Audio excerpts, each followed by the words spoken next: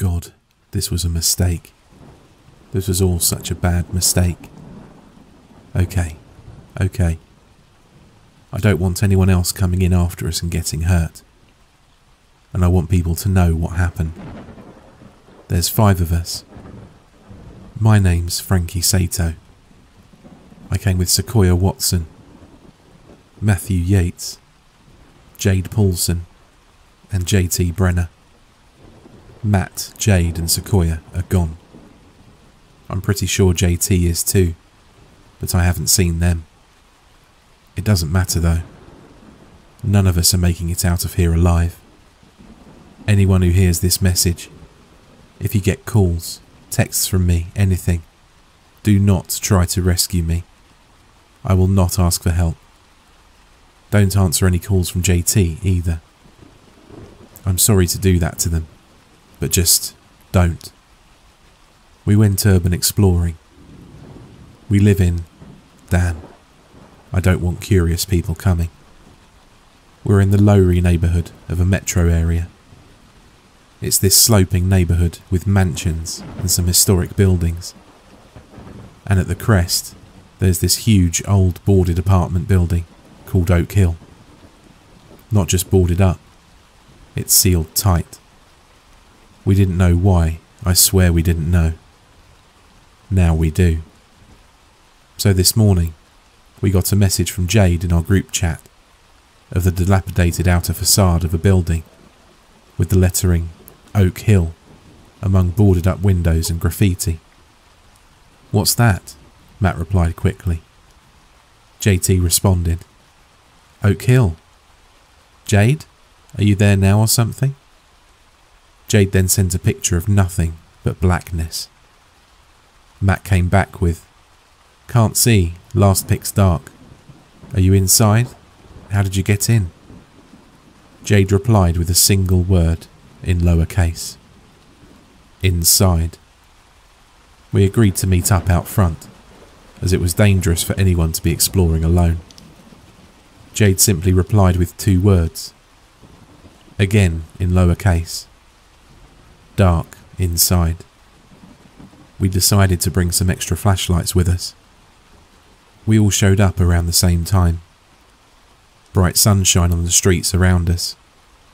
Green trees, traffic sounds.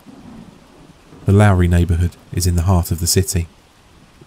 Any time we'd walk through on our way to the food co-op or downtown or the bar, Jade would talk about Oak Hill and wonder why it's never been redeveloped. The building itself is brick, with the name Oak Hill carved into the stone arch over the boarded doors. Must have been nice apartments back in the day. Now, every window is blocked with metal gratings over the boards, rusted and nailed into the brick, so that curious teenagers and homeless folks can't get in. No holes or gaps in any of these boards to peek through. Sealed up tight. Until today. "Guys, I found a way in," called JT. All of us hurried over. JT crouched in the well of an egress window, their hand resting on the rusty metal grate. Below the window well, a section of the grate had been peeled back. The rusted nails popped out. The board beneath was broken off and missing. "Dang, did Jade cut that opening?" exclaimed Sequoia. "Must have been. This wasn't here last week," said Matt. Really stupid of her to go in alone though. Matt was the boss of us when Jade wasn't around. I guess Matt was always the boss of us. Jade could be pushy, but wasn't a team player, whereas Matt kinda looked out for everyone and tried to get consensus. Jade's kind of a badass, but also really reckless, and often just goes off and does stuff on her own, despite claiming to be our fearless leader.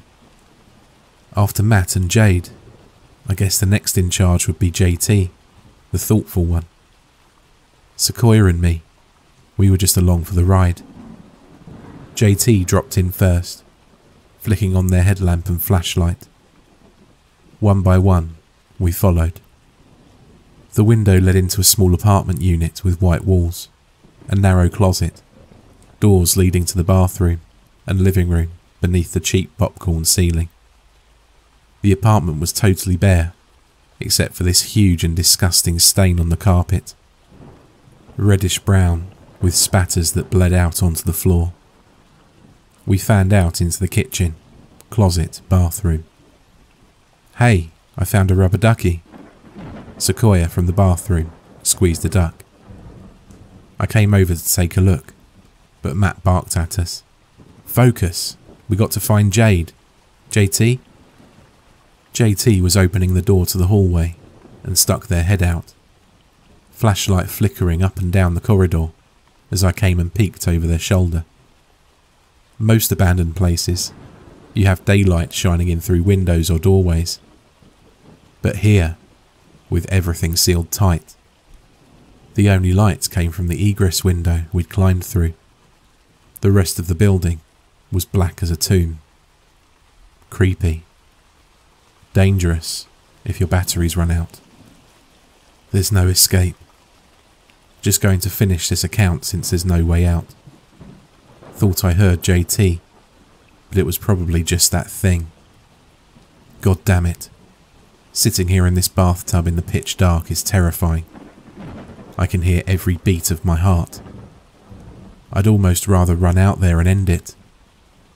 I don't know how Jade was so bold to come here alone. Though I guess, like us, she just thought it was an abandoned building. If she'd known, if she'd had a chance, I'm sure she'd have warned us. Jade was always brave. She'd have sealed herself inside and let that thing take her before she'd ever let us explore as far as we did. When she didn't answer our phone calls or our yells, we decided to search. "What is this, a 3-floor building?" "4 with the basement." "That's a lot of rooms," said JT. Sequoia dialed Jade's phone again, while Matt called, "Jade!" Silence. Probably going to jump scare us or something. I nudged Sequoia. "Yep." She held up her fist, which I bumped. Matt sighed, giving us an exasperated look. "All right, let's split up." "Wait, Sequoia. Buddy system. You and JT." But I was already waltzing out the door with Sequoia. Matt glanced to JT for help. He knew Sequoia and me would just goof off. But JT just shrugged, not wanting to get involved. "Fine," relented Matt. "Frankie and Sequoia, you two take the 2nd and 3rd floor. JT and I will take the basement and 1st. Call as soon as you find anything. No pranking, okay? Frankie, you understand?" I did a mock military salute. "Roger that." "Roger that," Sequoia echoed. Matt sighed as we took off, rogering down the hall. "Yeah, I know we were real dumb, okay? It just seemed like an empty, ordinary apartment building. Jade was going to be fine. Everything was going to be fine. It was all supposed to be fine. All the apartments had an identical layout, most with white walls, but a few with beige, and one with god-awful lime green. "Why though?" Sequoia asked, clicking her tongue in disapproval. We split up to explore faster. I ended up in a unit chock full of garbage bags, messy and reeking. Sequoia found one with ugly wallpaper and a battered baby doll. The next unit of mine had furniture still inside, including a bunch of chairs stacked on top of each other towards the ceiling. Spooky. "Hey," called Sequoia from across the hall. "Want lunch? Found some food in the refrigerator." Meanwhile, our phones kept buzzing with updates from the group. Matt and JT confirmed that the basement and 1st floor mailroom were clear. Sequoia tried to lighten the mood with a joke. I laughed from the apartment I was exploring, and heard Sequoia's pealing laughter from down the hall. Too bad Jade wasn't paying attention to our hilarity. She would have joined in. We were about halfway through the 2nd floor when my phone buzzed again. It was another picture from Jade, the same as before, utterly pitch black. JT responded, "Too dark, can't see it. Which floor are you?" It was difficult to tell what Jade replied with at first, as there were a few missing letters and spaces where they shouldn't have been. But she was asking which floor we were on. I was crafting a text to reply to the group when something winked in my flashlight beam. I peered down the hall, frowning. Near the end of the corridor was a door marked trash room. Wedged into the door was a black satchel, decorated with enamel pins. Drawing closer, I saw cats, rainbows, and one that read, "Bad bitch." Jade's shoulder bag. "Jade?" I called. I yelled back down the hall for Sequoia, but she was exclaiming about paintings and old balloons and some expired cookies in a cupboard. I sucked in a breath and shoved the door, throwing my shoulder against it because something was blocking it from the other side. Finally, I forced it open enough to squeeze through. I tripped over legs. The flashlight skittered out of my hand when I fell, bouncing into the wall and coming to rest, so that its beam shone back at me, blinding me, but also leading my gaze to glistening red. I looked back at the door, to the weight that was blocking it, and my heart shot into my throat, my airways closing and my lungs tightening, and every muscle snapping taut. I couldn't get in air, couldn't get in enough oxygen to scream. Jade's vacant eyes stared back at me, her head at an impossible angle, bent backwards to stare over her shoulders, her legs and arms twisted in odd directions, like a broken doll. My phone started to buzz incessantly. "God," I gasped, ignoring the buzzing of my phone. I scurried against the back wall, under the trash chute, fumbled my phone, opened up my texts to type a frenzied message, before Matt confirmed the all clear for the first 2 floors. He asked again where Jade was. To my amazement, my mouth hung open, as Jade, or something pretending to be Jade, said, "3rd floor." Matt agreed to meet in the west stairwell. I froze mid-typing, eyes on the phone, because what the hell? What the hell? 3rd floor? I glanced up at Jade's body. How? She didn't have her phone. "Don't go to the 3rd floor," I screamed, and quickly tapped on the keys. I typed out in all caps, "I can see Jade's body. That isn't Jade. Don't go to the 3rd floor." I shrieked for them as I ran out of the trash room and into the hallway. At that point, I wasn't thinking about making noise. Wasn't thinking at all. I just screamed, "Sequoia!" and ran back the way we'd came, towards the apartment she'd been looking at with the paintings. No trace of Sequoia. I ran all the way to the stairwell and dialed Matt. After a few rings, he picked up. "Matt. Frankie, what's... Don't go to the 3rd floor. Jade's dead." "What?" "She's dead," I shouted. "In the 2nd floor trash room. I found her body. She's dead.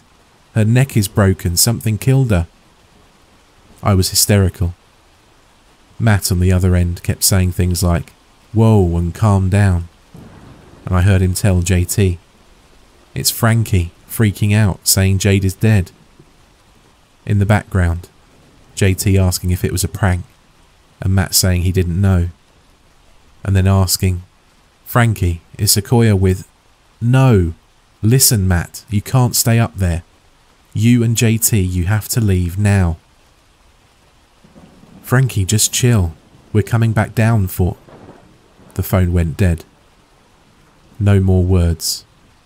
No screams or shouts or any sound at all. Just suddenly, nothing. Just silence. "Matt," I whispered. "Matt." I tried calling back, but it didn't connect. Tried calling JT, but got no answer there either. when I tried calling Sequoia, her ringtone, a cutesy bubbly anime song, came drifting out from down the hallway. Not far. The room with the stacked chairs. The phone rang for a while before going to voicemail, so I dialed again. The same bubbly song. Still no response from Sequoia. I inched my way down the hall, my flashlight beam shaking. Poked my head into the apartment with the chairs and swung around the beam. Its light fell across. Old papers, broken gratings, and a discarded furnace filter. Drip, drip. The stack of chairs in the centre of the room climbed to the ceiling. There was a hole in the ceiling above the chairs, and from it, a pair of legs dangling. The cutesy anime ringtone kept going, and now I saw a faint light emanating from the jeans pocket. "Sequoia," I whispered, inching closer. That dripping. Oh God, was that? Crimson trickled down the wood of the chairs. The body came down suddenly, slipping through the hole and bringing down the cascade of chairs in a crash. I screamed, fleeing from the noise before I even knew that I was running. But I'd seen what was left of her. Just the bottom half came tumbling down through that hole. I ducked into a closet across the hall, sliding the door shut and turning off my flashlight, trembling. That noise.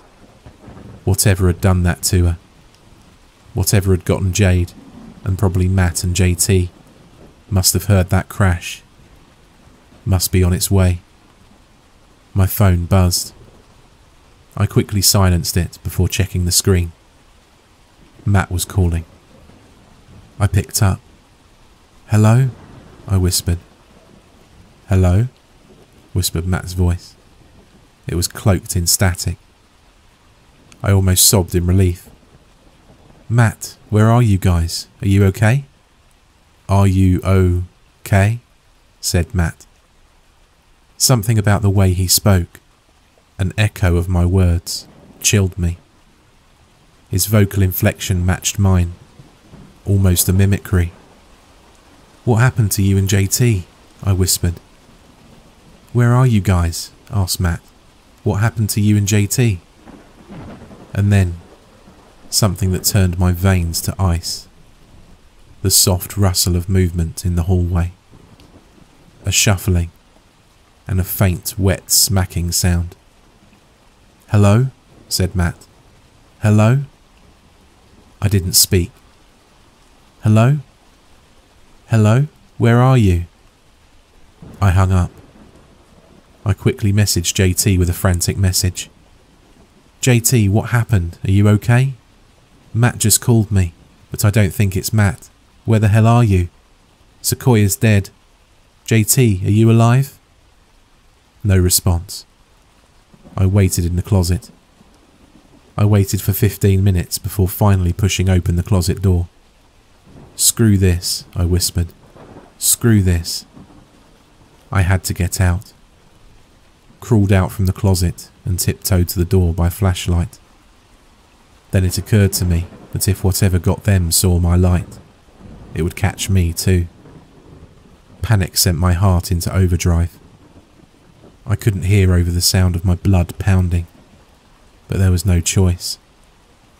I switched off the flashlight. Pitch, darkness, the sound of my own breathing. I can't describe how loud it was, how each footstep creaked or thudded as I tried to tiptoe down the corridor between apartments, feeling my way by touch, listening for any sound, and cursing my own hammering heart for being so incredibly damn loud. I just had to get to the basement, to the egress window. I was almost to the end of the corridor when I yelped at the blaring of that anime jingle, Sequoia's phone. I covered my mouth and didn't move for several seconds. Finally, the ringing stopped. Nothing but a faint, occasional Drip, drip. I guess the upper half of her body was still leaking blood through the hole in the ceiling. It seemed to take an eternity to reach the stairs, another eternity to creep down them, finally out into the basement, and peek into the pitch-dark corridor. The tiniest trickle of light bled through the open door of an apartment, that feeble light coming from the broken egress window, opening out to the bright day. All I had to do was go climb through the window, and I could escape. I wanted to run so bad, just make a break for it. Thank God I didn't. As I crept to the door, a soft rustling sent the hairs on my neck standing on end, and I peered into the apartment. It was Matt. He stood by the window, just stood there in the dark. After a few seconds, he turned his head, shuffled to the window and sniffed at the air, shuffled back into the room, swaying slightly. His footsteps dragged. There was a puddle behind him as he moved. "Frankie," he said, and I nearly jumped, heart leaping into my throat. Had he seen me?